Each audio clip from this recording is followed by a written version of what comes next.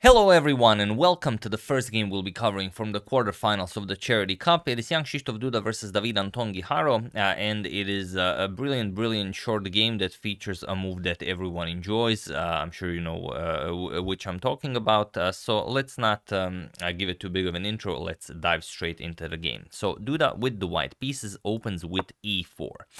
We have e5, knight to f3, knight to c6, and bishop to b5. Ruy Lopez is on the board. We have a6, Morphy's defense, bishop to a4, knight to f6, and now d3. This is the Anderson variation against the Morphy defense. And as you've finished the Morphy saga, you have now increased your vast knowledge to the point of knowing why this is the Anderson variation to the Morphy defense. So bishop to c5, and now bishop captures on c6. This is all very well-known stuff, so nothing out of the ordinary here. D captures on c6 and knight to c3. We have queen to e7, now adding a defender to the e5 pawn, and h3 now, preventing bishop to g4. And now, usually knight to d7 is played here, as this position has been reached quite a few times, but here we have a5, and it is now already as of move 8 that we have a completely new game.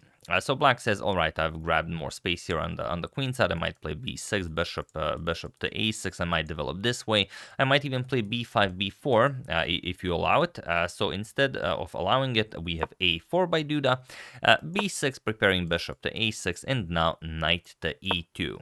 We have knight to d7 and now knight to g3. So going after that beautiful f5 square. Black, of course, will not allow this, plays g6, and now Duda castles. Anton goes bishop to a6. Now the d3 pawn is kind of stuck there. You can't go for some usual c3, d4 ideas. So rook to e1, getting the rook out of this vulnerable square. And now castles queen side, and as usual when we have castles on opposite sides of the board, the game tends to get a lot more interesting. So bishop to e3, challenging this bishop, and now Anton says, all right, I don't really mind this. If you capture, I'm just gonna capture. This even works well for me. I want to remaneuver my knight over to e6, so he says just h5, but maybe, just maybe, okay, this is a rapid game, so of course they cannot invest too much time in the position, but maybe just going back, and now if white ever play something like c3 or d4, you will capture, and this bishop comes alive, while white's dark square bishop isn't really doing all that much. So maybe also something to consider. But okay, h5, we have bishop captures on c5. The dark square bishop seems to be stronger than the light square bishop, or rather light's dark square bishop. We have captures, and now queen to d2. Bringing the queen into the attack. Black did castle queen side, so we might have some ideas of maybe playing rook b1, b4, opening up the queen side. And black will try, of course, to make his kingside attack happen before white's queenside attack happens. So h4, knight to f1, and now knight to d7. So not allowing the knight here to be used as a tempo for pushing b4. Now the queen also guards the b4 square. Knight to e3, and now comes a rook to h5.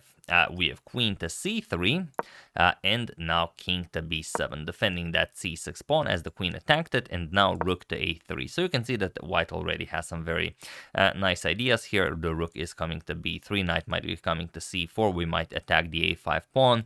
So who will be faster here? Here we have f6, Anton first improves on his structure here, defends the e5 pawn, and now the same thing to do, or rather the thing that should work for white is rook to b1. This prepares b4, and then we continue in that fashion. Of course, c5 will be played, and the black will prevent this, but that's why I'm calling it the same thing. Duda goes for the, not for the insane thing, but for definitely not a same thing, and that is knight to c4.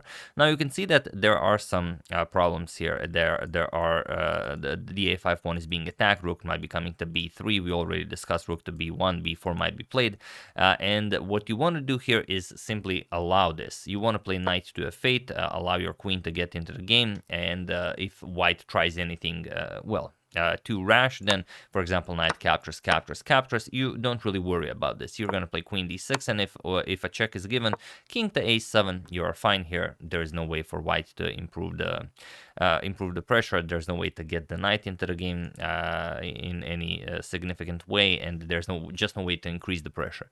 So instead, after knight to c4, here David Anton played queen to b4, and this is now a problem because this loses the game on the spot. So feel free to pause the video and win the game for Duda while I give you a couple of seconds. And yes, this is the position from the thumbnail.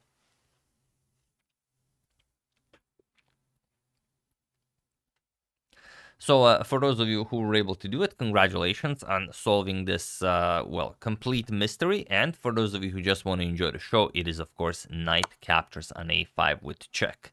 And here you might think, all right, what's so special about this? Well, for one, you are removing, or rather you have removed the defender of the queen. So if black just moves the queen, we're going to win the black queen. Obviously, that's not happening. The problem is, if we just play queen captures on a5, which seems like a perfectly fine idea, then comes the move that always wins the game for white most of the times, and that is pawn to b4. Pawn to b4 traps the queen, and here black just resigns, or black would resign if this was played. After knight captures on a5 check, b captures on a5 was played, but now you don't get to play b4 and trap the queen. However, you do get to play rook to b3 and trap the queen this way. So we give up the knight and rook for a queen, and of course this is completely winning for Duda. c5 was played, but it is futile. Just rook captures on b4, c captures, and now queen to b3, going for queen to f7 to completely wreak havoc across the board. So rook to h7, stopping this. Now queen to d5 check. Now we're picking up the a5 pawn, and well, the rest simply is irrelevant of what black plays. c6 was played, queen captures on a5, and it was in this position on move 27 that David Anton Guijarro resigned the game, as there is nothing more to be done here. So here you can see another fine example of how if you were in this position and black played queen to b4, if you know that b4 always wins the game for white, you will easily find this line of knight captures on a5, because it's just so simple. Once you know that b4 is such a powerful asset in almost any position, then the position, of course, is easily solved. So yeah, I hope you guys were able to solve this one. Brilliant miniature by Duda. It's basically 21 move after queen to b4, even though the game was played for a few more moves, but I consider this below 25 moves miniature. So yeah, once again, hope you guys enjoyed it. I would like to thank Stefan Hersberger, Michael Kalberer, J. Langdon Consulting, Farbord Fararoni, and Drippers Cyber Club NFT for a contribution to my channel. Thank you a lot, I really appreciate it.